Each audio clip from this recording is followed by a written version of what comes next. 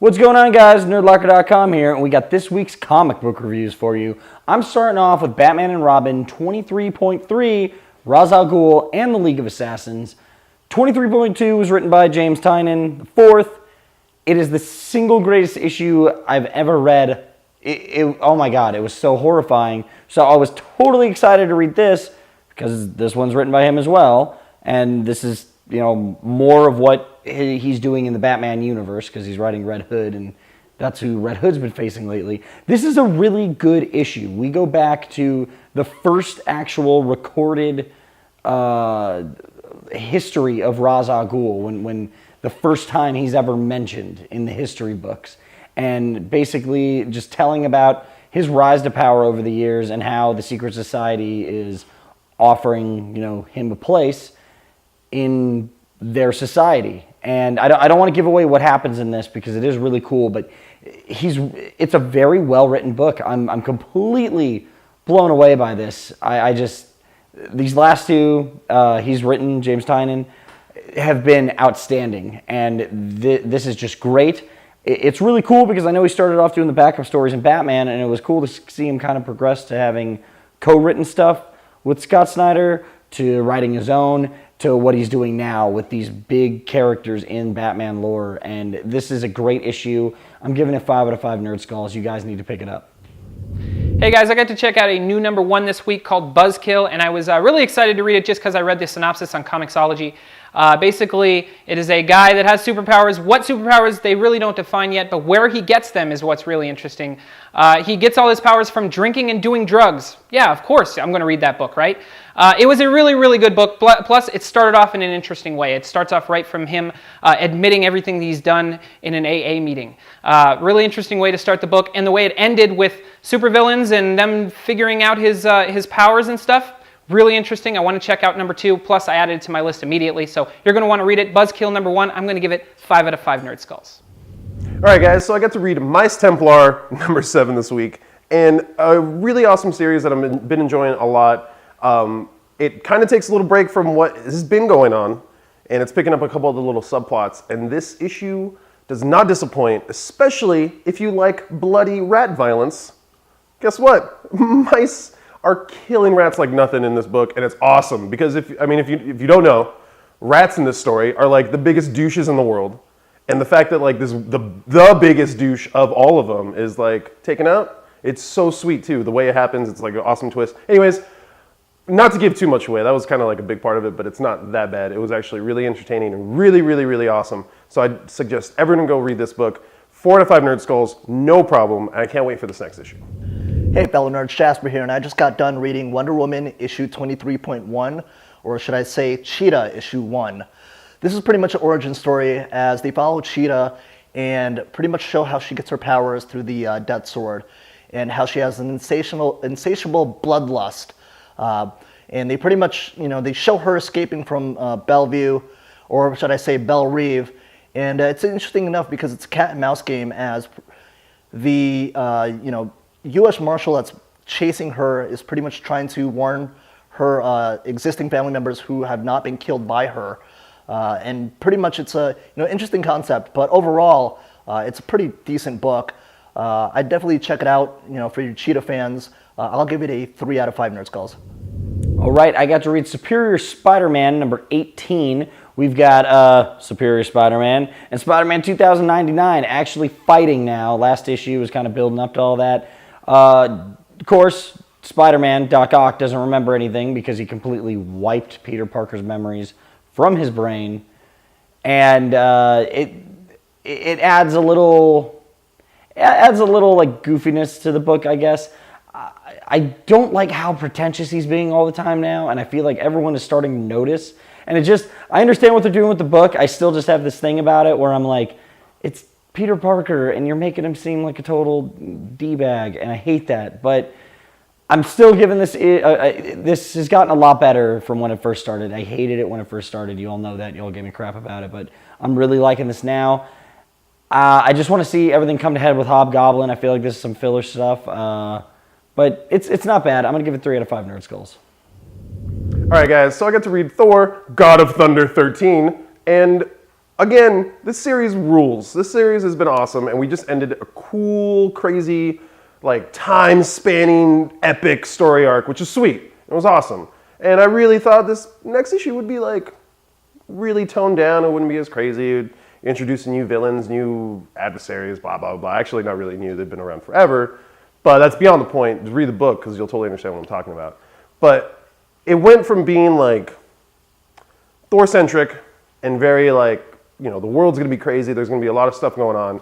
To this issue being like, hey, guess what? We're also like the Lord of the Rings and like Game of Thrones all thrown together. And like you want all kinds of crazy, awesome fantasy stuff. Boom! Right in your face. Like it literally felt like I was reading Skyrim being played for a good little while, which is the coolest thing in the world. So I'm going to leave you guys with that. Go read this issue. It's setting up the bad guy for the next movie, Malekith, the Cursed, I believe his name is. That's what they call him in the book, at least. So it's pretty awesome. I have no idea what this guy's about. He's a villain from back in the day, and he's coming back, and he's going to be awesome, and he looks terrifying. So check this out. I'm giving it 4 out of 5 Nerd Skulls. Still one of my favorite books of every week. Check it out.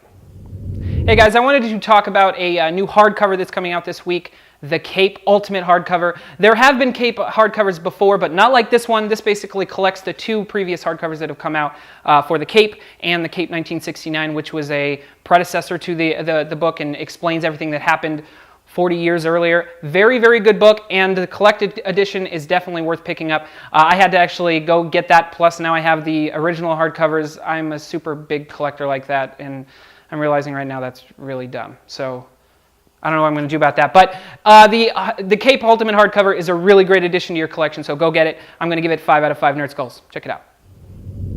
Hey fellow nerds, Jasper here, and I just got done reading Green Lantern issue 23.3, or should I say Black Hand issue 1.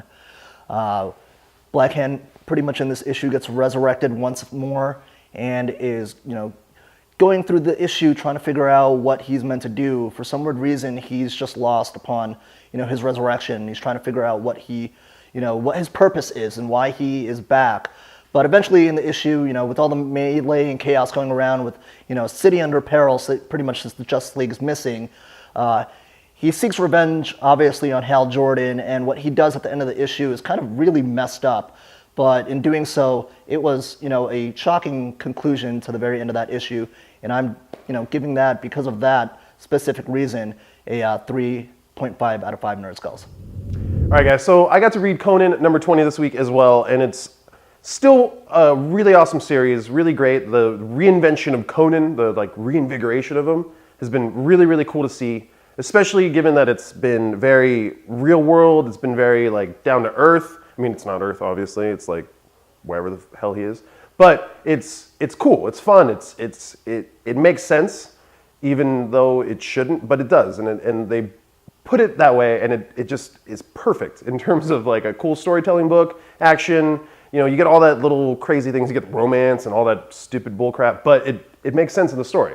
And in this particular issue, we're picking up the Blackstones story arc. Blackstones, whatever. It's some crazy relics, and it's kind of nuts. Out of nowhere, you know that there's mysticism and there's wizards and yada yada yada. I mean, Conan's traveling with some crazy sorceress lady, and he's completely in love with her, and it's awesome. And she does all these weird things to him. It's interesting to read about, I will say that. But you don't really see any of that magic stuff go down. And then this issue just boom, something happens, and you start to realize that it's actually bigger. It's huge, but then it's actually bigger than that, and then it's actually bigger than that. There's 3 different twists, and it's freaking awesome. So please, please, please read Conan.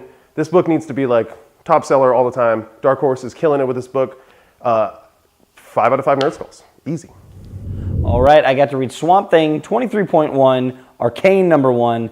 This kind of shows what's happened to Arcane since we last saw him basically get thrown away by the rot, and he's just living in this world where things can't die. And it really has nothing to do with Villains Month. I kind of thought all these tie-ins were about what the villains are doing with the crime syndicate or what's going on. This one kind of felt unnecessary. I mean, it's cool for the Swamp Thing story if you've been reading that, but labeled as a tie-in for Villains Month and everything. Didn't think it was all that great. I'm still loving the book. Just this issue didn't do it all for me. I'm giving it 3 out of 5 Nerd Skulls. All right, guys, so I got to read New Avengers number 10. It's an Infinity tie-in, and I'm going to tell you right now, read this before you read Infinity 3, because it's going to make a whole hell lot more sense. Like, just trust me on this one. It's not as actiony or crazy or whatever. I feel like New Avengers right now, at least for Infinity, is kind of taking a back seat in terms of like, oh, action blockbuster book, yeah. It's the Illuminati just hashing everything out, and like you see a lot of like the fractures, a lot of the things that are probably going to be some problems eventually in the next coming issues. These guys need to be tight-knit, and they are not very tight-knit right now, which sucks because these are cool, awesome characters, and their personalities are obviously going to make it so that way. They're not exactly on level terms, but they're starting to realize they need to be, and you find out someone's kind of like compromised, and the fact that it's this particular person, because I didn't think it could happen to him, it was a little nuts to me. So I'm really excited about that. I'm really excited about where it's going, and it just leads into Infinity 3 so well, and Infinity killed it. It's another review though, but either way, this was a really good book. It was a little slow for me though, so I'm only going to give it 3 out of 5 Nerd Skulls. But read Infinity 3 after you read this one, because it's great. I got to read Kiss Me Satan #1 from Dark Horse. Pretty cool book. Kind of, it was a good concept. We have an agent working for heaven while there are people from hell trying to catch him. We don't know what he's done yet, which obviously I'm sure we'll learn in the next couple issues. But we got werewolves, and we've got demons, and we got I don't know. It's all the kind of things you would expect out of a heaven and hell story, I guess. It's not bad.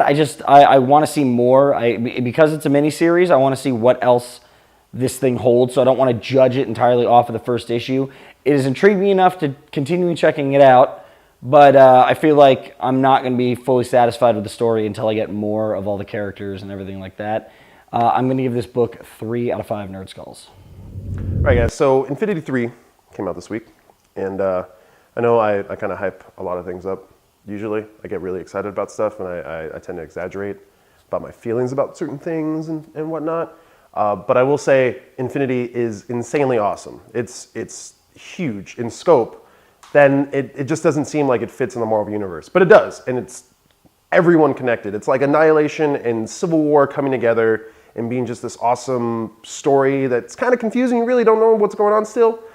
But it's exciting, and it's like mysterious. Like, what is going on? When we found out in last issue, in like the last couple tie-ins, what Thanos is looking for, and it was one of like those big jaw-dropping moments. And like Black Bolt dealing with it is at first kind of like, oh, he's not doing anything. What the hell, Black Bolt, you suck. But actually, no, he's doing everything he could possibly do to be the most badass king ever. And like the last page in this story is my favorite Black Bolt moment probably ever. There's been a couple really awesome ones, but this one was just like, I can't believe this happened right now. Like, I actually put down the book and was like, whoa, yes. And it also kind of explains how they're gonna, I wouldn't say explains, but it kind of sets up Inhumanity. Just, they're building the Inhumans up right now, and I'm so excited. They've been sheltered for years. They need to be like brought out and made awesome. So check this out, because big things happen in this. Huge things. Like giant repercussions need to come out of this. I can't wait to see what happens. I'm giving this 5 out of 5 Nerd Skulls. Infinity 3, it's awesome. It's what an event should be. Jonathan Hickman, you rule.